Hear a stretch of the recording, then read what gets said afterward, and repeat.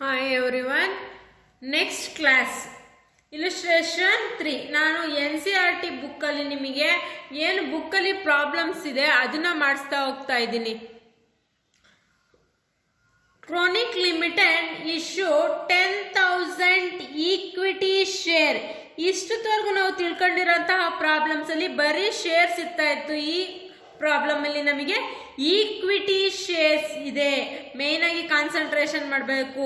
Equity share ಅಂತಾನೆ ಹಾಕಬೇಕು problem ಅಲ್ಲಿ. ₹10 each payable at 2.5 on application. Application ಎಷ್ಟು? 2.5.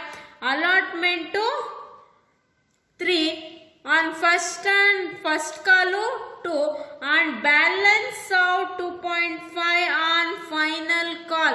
ಇಲ್ಲಿ ಅವರೇ ಡಿವೈಡ್ ಮಾಡಿ ಕೊಟ್ಟಿದ್ರೆ all shares were fully subscribed except a shareholders having a 100 shares who could not pay in final call. 100 shares ನ ಏನ್ ಹೇಳ್ತಾ ಇದ್ದಾರೆ, ಫೈನಲ್ ಕಾಲ್ ಅಲ್ಲಿ ರಿಸೀವ್ ಮಾಡೋಕ್ಕಾಗಿಲ್ಲ ಅಂತ ಹೇಳ್ತಾ ಇದ್ದಾರೆ. Give a journal entry to the recording of this transaction. First ನಾವು ಗಿವನ್ ಬರ್ಕೊಳ್ಳೋಣ. ಗಿವನ್ ಫಸ್ಟ್ ಎಷ್ಟು ಶೇರ್ಸ್? 10,000 equity shares. ಎಷ್ಟು? 10 ಈಚ್. ಅಲಾಟ್ಮೆಂಟ್ ಎಷ್ಟು? First application 2.5, allotment 3, first call 2, final call 2.5. Total ಎಷ್ಟಾಯಿತು? 10.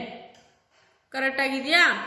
ನೆಕ್ಸ್ಟ್ ಅವ್ರು ಏನು ಹೇಳ್ತಾ ಇದ್ದಾರೆ, ಫೈನಲ್ ಕಾಲಲ್ಲಿ 10,000 minus 100, 9,900 into 2.5 ನ ಏನ್ ಮಾಡ್ತಾ ಇದ್ದಾರೆ, ರಿಸೀವ್ ಮಾಡಬೇಕಾದ್ರೆ ಕಮ್ಮಿ ರಿಸೀವ್ ಮಾಡ್ತಾ ಇದ್ದಾರೆ ಅಂತ ಹೇಳ್ತಾ ಇದ್ದಾರೆ. ಆದ್ರೆ ಡ್ಯೂ ಮಾಡಬೇಕಾದ್ರೆ 10,000 into 2.5 ಮಾಡ್ತೀವಿ. ರಿಸೀವ್ ಮಾಡಬೇಕಾದ್ರೆ 9,900 into 2.5.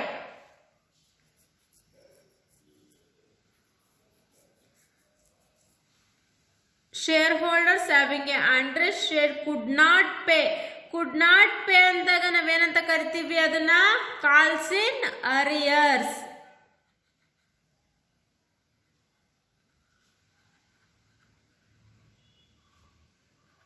ಕಾಲ್ಸ್ ಇನ್ ಅರಿಯರ್ಸ್ ಎಷ್ಟು?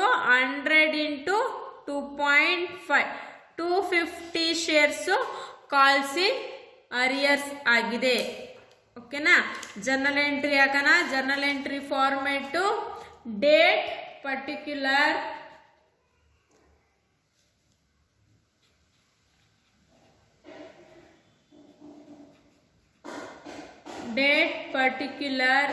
LF debit amount, credit amount. ಯಾರ್ದು?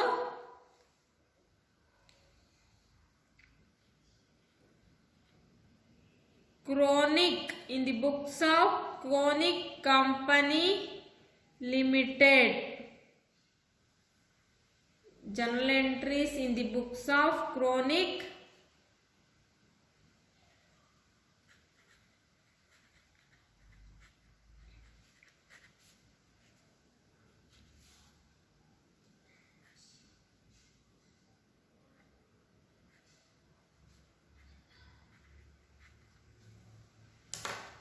ಫಸ್ಟ್ ಜರ್ನಲ್ ಎಂಟ್ರಿ ಏನು ಬರುತ್ತೆ, ಫಸ್ಟ್ ನಾವೇನು ಮಾಡಬೇಕು, ಅಪ್ಲಿಕೇಶನ್ ಮನಿನ ರಿಸೀವ್ ಮಾಡಬೇಕು. ಅಪ್ಲಿಕೇಶನ್ ಮನಿ ರಿಸೀವ್ ಮಾಡಬೇಕಾದ್ರೆ ಏನು ಜರ್ನಲ್ ಎಂಟ್ರಿ ಬರುತ್ತೆ, bank account ಡೇಟಾರ್ಸ್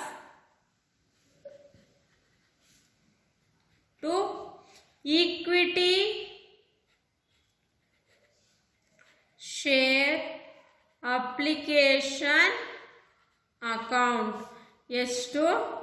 10,000 into 2.5, 25,000. being equity share application money received.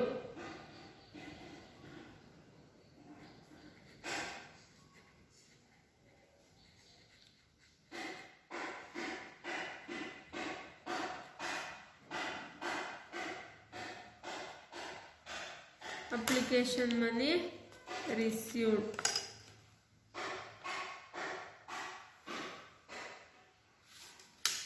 Second journal entry ಏನು, ಟ್ರಾನ್ಸ್ಫರ್ ಮಾಡ್ತೀವಿ ಶೇರ್ ಕ್ಯಾಪಿಟಲ್ ಅಕೌಂಟ್ಗೆ. Equity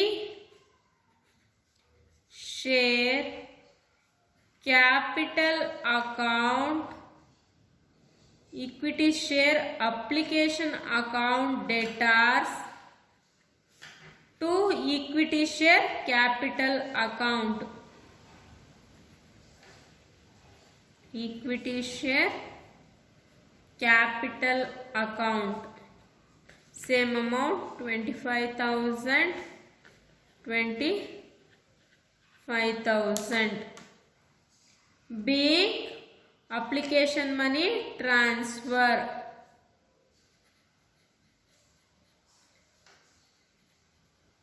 Application money transfer. Next ಏನು ಬರುತ್ತೆ, ಅಲಾಟ್ಮೆಂಟ್ ಡ್ಯೂ ಮಾಡಿರೋದಕ್ಕೆ journal entry.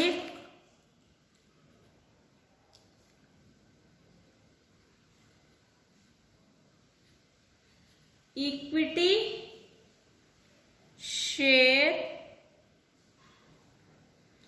allotment account debtors to equity share capital account. ಎಷ್ಟು allotment ಆಗಿರೋದು, 10,000 into 3, 30,000 allotment money due.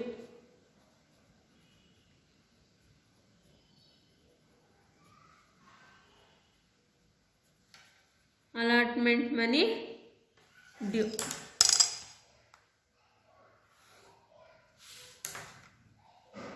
$0.4 ಏನು journal entry, allotment money due ಆಗಿದೆ, ರಿಸೀವ್ ಮಾಡಬೇಕು. ರಿಸೀವ್ ಮಾಡಿದಾಗ ಏನು journal entry, bank account debtors to equity share allotment account,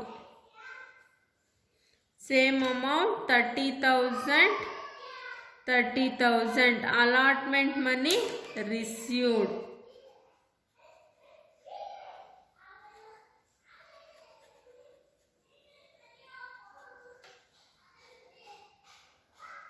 Allotment money received. Next journal entry ಏನು, first call money due. First call money due. ಡ್ಯೂ ಆದಾಗ ಏನು journal entry ಬರುತ್ತೆ, equity first call account debtors to equity share capital account. ಎಷ್ಟು first call, 10,000 into 2, 20,000, 20,000 being ಏನು, being first call money due. Being first call money due. Next journal entry ಏನು, first call money due ಮಾಡಿದ್ದೀವಿ. Next journal entry, first call money received. First call money received 0.6. Receive ಮಾಡಿದಾಗ ಏನು journal entry ಬರುತ್ತೆ, bank account debtors to equity first call account. ಎಷ್ಟು, 20,000 20,000. Being ಏನು, being first call money received. First call money received. Next journal entry ಏನು ಬರುತ್ತೆ ಅಂದರೆ second call money due. Second call money due ಆದಾಗ ಏನು journal entry ಬರುತ್ತೆ ಅಂದರೆ 0.7 equity share final call account debtors to share capital account. ನೋಡಿ, ನಾವು equity share capital account ಅಂತಾನೆ ಹಾಕಬೇಕು. ಎಷ್ಟು? 10,000 into 2.5 25,000 25,000.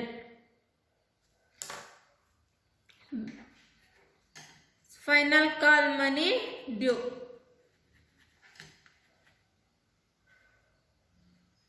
Final call money due. Receive ಮಾಡಬೇಕಾದ್ರೆ some of money not received ಆಗಿದೆ. ಸೊ ಜರ್ನಲ್ ಎಂಟ್ರಿ ಏನು ಬರುತ್ತೆ? ಕಾಲ್ಸ್ ಇನ್ ಅರಿಯರ್ಸ್ ಬರುತ್ತೆ. ರಿಸೀವ್ ಆಗಬೇಕಾದ್ರೆ ಏನು ಜರ್ನಲ್ ಎಂಟ್ರಿ ಬರೋದು? Bank account debtors to equity share final call account to calls in arrears ಬಂದಾಗ debit ಆಗುತ್ತೆ. Bank account debtors calls in arrears account debtor to equity share first and final call. Equity first and final ಕಾಲ್ ಎಷ್ಟಿದೆ? 25,000. 25,000 ಅಲ್ಲಿ ನಮಗೆ 9,900 into 2.5 24,750. ಎಷ್ಟು receive ಆಗಿಲ್ಲ? 250 not pay. Being ಏನು ಬರುತ್ತೆ? Being final call money received and calls in arrears due.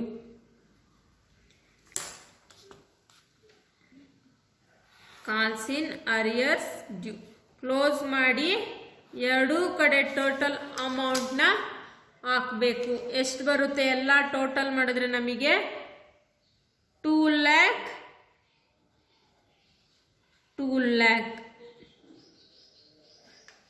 ಎರಡು ಕಡೆ same amount ಬರುತ್ತೆ. ಅರ್ಥ ಆಯ್ತಾ ಪ್ರಾಬ್ಲಮ್ಮು? ಏನಿಲ್ಲ, ಇದರಲ್ಲಿ ನಾಟ್ ರಿಸೀವ್ಡ್ ಅಂತ ಹೇಳಿದರೆ, ಸೊ ಅದಕ್ಕೆ ನಾವು ಕಾಲ್ಸ್ ಇನ್ ಅರಿಯರ್ಸ್ ಅಕೌಂಟ್ ಹಾಕಿದ್ದೀವಿ. ಬ್ಯಾಂಕಲ್ಲಿ ನಮಗೆ ರಿಸೀವ್ ಆಗಿರೋದು ಫೈನಲ್ ಕಾಲಲ್ಲಿ 24,750. ಆದರೆ ನಮಗೆ ರಿಸೀವ್ ಆಗಬೇಕಾಗಿದ್ದು 25,000. ಇನ್ 250 ರಿಸೀವ್ ಆಗಿಲ್ಲ. ಸೊ ಅದನ್ನು ಕಾಲ್ಸ್ ಇನ್ ಅರಿಯರ್ಸ್ ಅಕೌಂಟ್ ಅಂತ ಹೇಳಿ ಕನ್ಸಿಡರ್ ಮಾಡಿದ್ದೀವಿ. ಓಕೆನಾ? ಅರ್ಥ ಆಯ್ತಾ?